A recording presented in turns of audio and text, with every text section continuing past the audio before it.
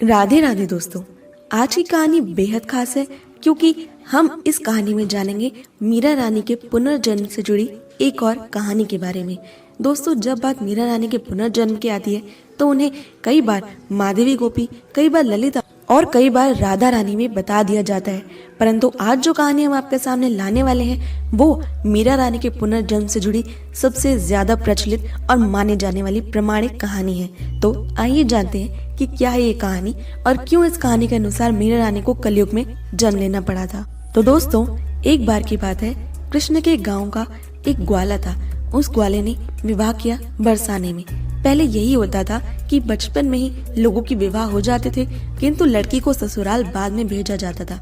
इन दोनों का विवाह तो हो गया था, अब दोनों बड़े हो गए थे, तो अब गौने की रस्म होने वाली थी, जिसके लिए ग्वाला अपनी पत्नी को लाने बरसाना बैलगाड़ी से चल पड़ा। जब वो जा रहा था तभी रास्ते में उसे श्री कृष्ण मिले। कृष्ण ने पूछा कि भैया कहाँ जा रहे हो? ग्वाले ने कहा कि मेरा गौना है तो मैं अपनी बहू को लेने बरसाना जा रहा हूँ। तो श्री कृष्ण ने कहा कि जब भाभी आए तो सबसे पहले उनका मुख मुझे ही दिखाना। ग्वाले ने कहा ठीक है, और ग्वाला चला गया। बरसाना पहुंचा। उसकी पत्नी का नाम था माधवी।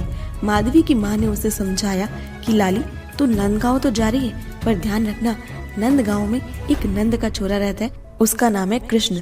अगर वो तुम्हें कहीं भी गलती से भी दिख जाए ना तो उसे अपना चेहरा मत दिखाना और ना ही तुम उसका चेहरा देखना। तब माधवी ने अपनी मैया से पूछा कि ऐसा क्यों? तो उसकी मैया ने बताया क्योंकि वो लड़का बेहद खतरनाक है।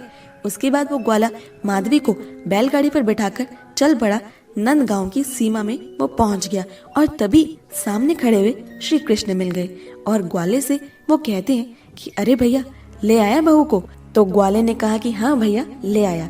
तो श्री कृष्ण ने तुरंत बोला कि चलो अब इसका मुख मुझे दिखाओ।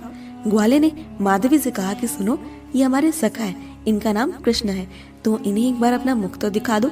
माधवी ने जैसे ही ये नाम सुना कृष्ण, तो समझ गई कि ये वही लड़का है जिससे मैया ने मिलने से और उसे अपना मुख दिखाने से मना किया था। माधवी सावधान हो जाती है और तुरंत अपना पूरा शरीर ढककर बैठ जाती है कि कहीं श्री कृष्ण की उस पर नजर ना पड़ जाए। कान्हा ने कहा कि अरे भाभी, जरा घूंघट तो उठाओ, मुख तो दिखाओ, पर भाभी मुख नहीं दिखा रही है। फिर कान्हा ने कहा कि अरे भैया, अपनी बहू से बोलो कि मुख दिखाए, क्यों ऐसे दुबक रही है, काणी है क्या? कन्हैया ने बहुत कहा कि एक बार तो अपना मुख दिखा दो, लेकिन माधवी ने अपना घूंघट नहीं हटाया। तो फिर भगवान कृष्ण ने अंत में कहा कि ठीक है, जा, तू भी क्या याद करेगी, मैं ना कभी अब से तेरा मुख देखूंगा और न ही तुझे अपना मुख दिखाऊंगा। और भगवान तुरंत वहाँ से चले जाते हैं। अब माधवी अपनी यही प्रतिज्ञा निभा रही है हर दिन।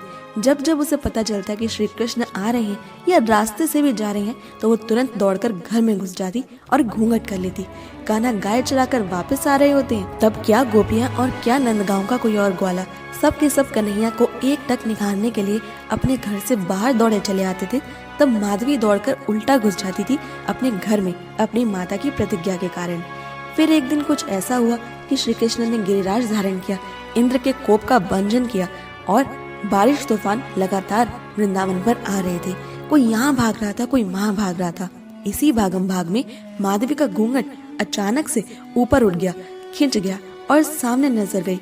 सामने दिखाई दिया एक हाथ जो गिरिराज से लगा था। जैसे ही उसने ये हाथ सबसे पहले देखा तो वो वहीं के वहीं खड़ी रह गई। इतनी सुंदर उंगली, ये उंगली किसकी है? थोड़ा आगे बढ़ी, कंधे तक दृष्टि गई, आगे बढ़ी, कंठ तक दृष्टि गई और आगे बढ़ी, आंखों को देखा और जैसे ही देखा जहाँ खड़ी थी वहीं खड़ी की खड़ी रह गई।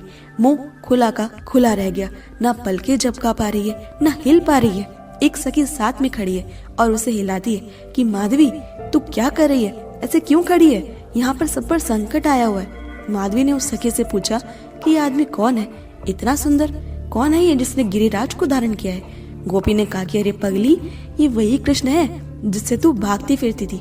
माधवी की आंखों से आंसू निकलने लगे और अपनी माँ को वो कहती है कि माँ, ये तूने क्या करवा दिया, ये कैसी शिक्षा दे दी तूने मुझे आज तक कन्हैया के दर्शन से वंचित रखा।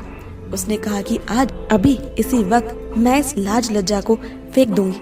उसने ये प्रण बनाया और कहते हैं कि वही माधवी गोपी अगले जन्म में मीराबाई के रूप में मेरता में प्रकट हो जाती है। दोस्तों जैसा कि हम जानते हैं कि मीराबाई ने सब लोक लज्जा को त्याग दिया। किसी संसार के रीति रिवाज और मायने को, कानून को उसने नहीं माना। लोगों ने खूब समझाया लेकिन मीरा ने सब बंधन तोड़ दिए।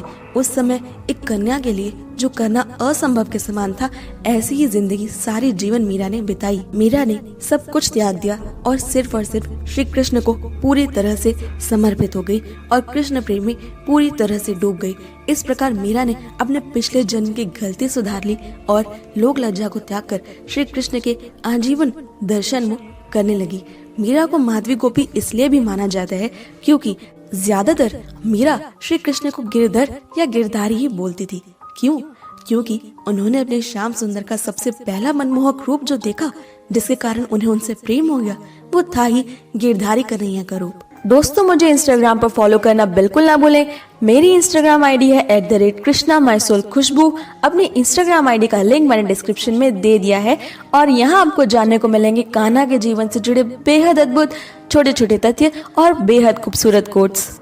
आपको कैसी लगी ये वीडियो हमें कमेंट करके जरूर बताएं और अगर आपको ये वीडियो पसंद आई तो इसे लाइक, शेयर और हमारे चैनल को सब्सक्राइब करना बिल्कुल भी ना भूलें।